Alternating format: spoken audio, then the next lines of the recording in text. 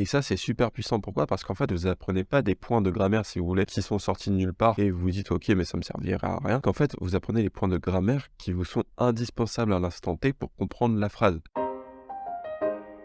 Bienvenue dans Shinome, un podcast qui parle de l'apprentissage du japonais. Aujourd'hui, je réponds à cette question. Je voulais savoir comment as-tu appris la grammaire? Je ne parle pas de la grammaire de base, mais plus avancée. C'est grâce à l'immersion, j'aimerais pouvoir de plus en plus m'immerger et essayer de réduire le temps d'Anki, car sur Anki, j'ai une carte Core Deck. Alors pour ceux qui ne connaissent pas, Core Deck, c'est en fait un deck de vocabulaire préfet de généralement 2000 cartes, qui sont les 2000 mots les plus fréquents en japonais pour le vocabulaire. Une carte pour le light novel que je lis, une carte pour ce que j'ai appris des correspondants japonais, une carte pour l'immersion Terrace House et une carte pour des immersions diverses.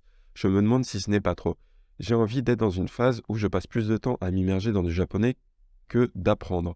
Je suis encore au début de grammaire N4.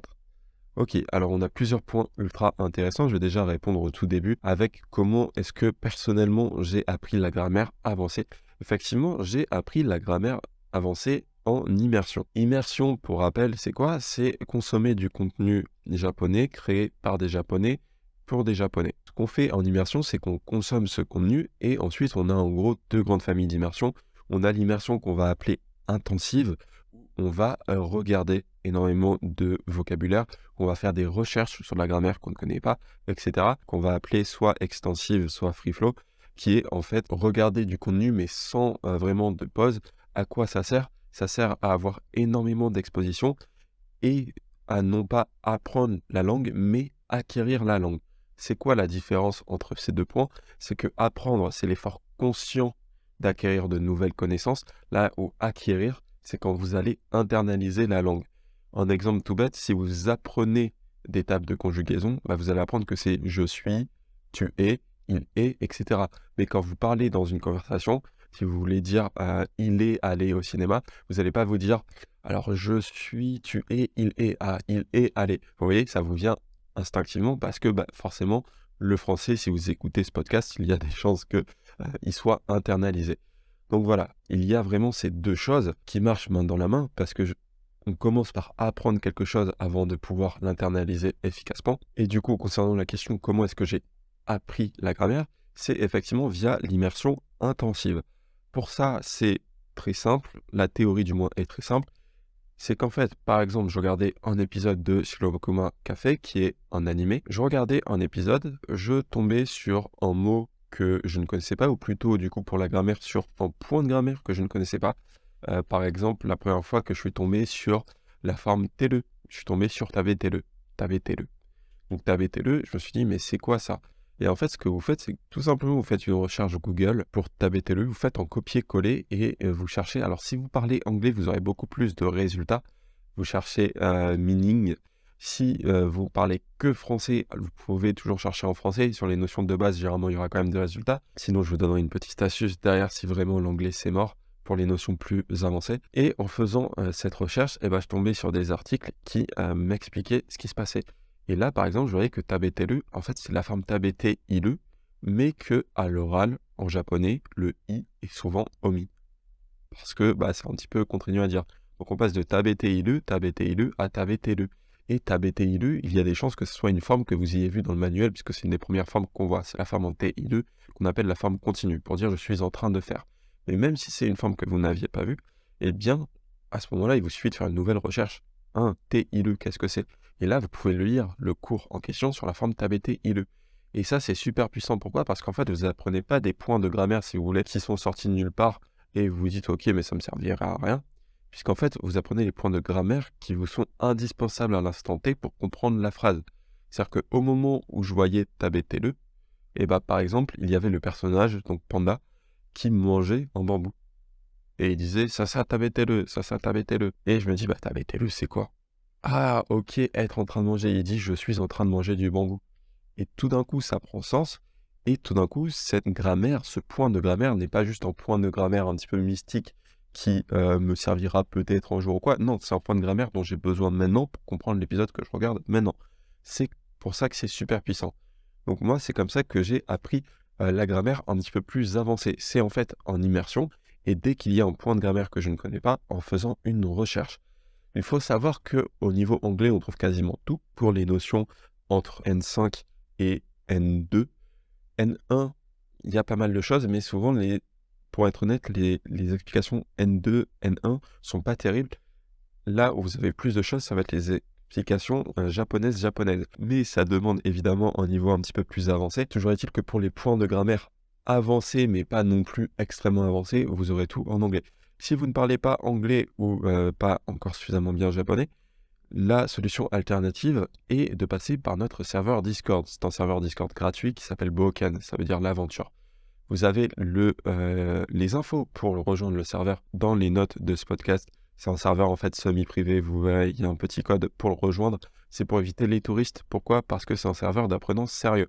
Une fois que vous êtes sur ce serveur, vous pouvez poser vos questions. Il y a un channel entraide, vous pouvez poser vos questions. Et quand, dans votre immersion, vous rencontrez un point de grammaire que vous ne connaissez pas, eh ben, il vous suffit de vous rendre sur le serveur, sur le Discord, et d'envoyer un petit message. Je suis tombé sur cette forme, est-ce que vous pourriez m'expliquer? Je ne comprends pas, etc. Et vous aurez des gens qualifiés qui vous répondront. Ça, c'est la méthode. Alors, un petit peu moins direct parce qu'il faut attendre que les gens répondent, mais au moins, vous aurez une réponse en français.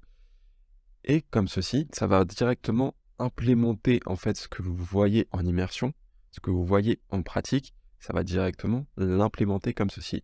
Et derrière, quand vous allez faire du free flow, donc quand vous allez regarder un épisode un peu en mode chill, sans faire trop de pauses, etc., et ben vous allez revoir tout le temps la forme TLE, TAB TLE, Odo TLE, Kat TLE, enfin plein de verbes différents, et vous allez finir par internaliser cette forme en fait, si vous voulez. Vous n'allez pas avoir à rechercher à chaque fois en fait. Ça va vraiment devenir instinctif grâce à cette immersion free flow. C'est pour ça que les deux marchent vraiment main dans la main, qu'il faut passer par une phase d'apprentissage avec l'immersion intensive à la base, et ensuite l'acquérir et l'internaliser vraiment de manière instinctive par derrière avec du free flow ou de l'immersion extensive. Ensuite, concernant toutes tes cartes que tu as sur Anki, effectivement, Anki, notamment quand on est débutant, on peut être tenté de créer plein de types de cartes différentes comme tu as fait. C'est pas forcément une mauvaise chose au début, mais c'est quelque chose qu'effectivement tu vas vouloir arrêter, surtout à ton niveau. Alors, pour ceux qui n'ont pas vu la première partie de ce podcast, Almoglito disait qu'il était à 8 mois d'apprentissage. À 8 mois d'apprentissage, effectivement, moi, ce que je te conseille de faire, c'est que maintenant, tu as passé le stade, on va dire vraiment débutant, tu vois. Au bout de 8 mois, tu n'es plus débutant, tu vois. Tu connais des mots de vocabulaire, tu connais la grammaire de base, tu connais des phrases de base. Ce que je te conseille de faire, c'est de passer principalement sur un type de carte. Ça va dépendre de ce que toi, tu aimes. Soit tu passes que sur des cartes de vocabulaire, soit tu passes que sur des cartes qu'on appelle des cartes de phrases. Moi, au bout de 8 mois, je te conseillerais de passer sur des cartes de vocabulaire, surtout si ton but, c'est de réduire le temps que tu passes dans Anki. Les cartes de phrases sont très puissantes dans Anki. Il y a des gens qui préfèrent ce type de cartes, même après des années d'apprentissage. En soi, c'est une question de préférence. Il n'y a pas vraiment une qui est mieux que l'autre. Ça va dépendre de soi. Moi, je préfère les cartes de vocabulaire. Pourquoi? Parce que c'est beaucoup plus rapide à réviser et que tu as moins besoin du contexte, si tu veux, pour t'en rappeler. Parce que le problème des cartes de phrases, c'est que parfois, en fait, tu te rappelles de la phrase en entier, mais pas forcément du mot en isolation. Les cartes de vocabulaire permettent un petit peu d'éviter ce piège, sachant que quand tu crées une carte de vocabulaire, tu mets quand même une phrase d'exemple sur le verso de la carte. Donc, à ce stade-là, je ne sais pas combien de cartes il te reste dans ton corps 2000, mais ce que je te conseillerais de faire, c'est d'effectivement créer un deck unique. Alors, tu peux toujours garder le corps 2000 sur le côté, mais par exemple, ton deck Light Novel, tu dis que tu as un deck aussi avec les cartes de ce que tu as appris des correspondants japonais et un deck pour l'immersion Terrace. En fait, tout ça, je les réunirai dans un seul deck que tu appellerais un deck, ce qu'on appelle de minage. Donc, le minage, c'est quoi? Miner, c'est quoi? Miner des cartes ou miner des mots.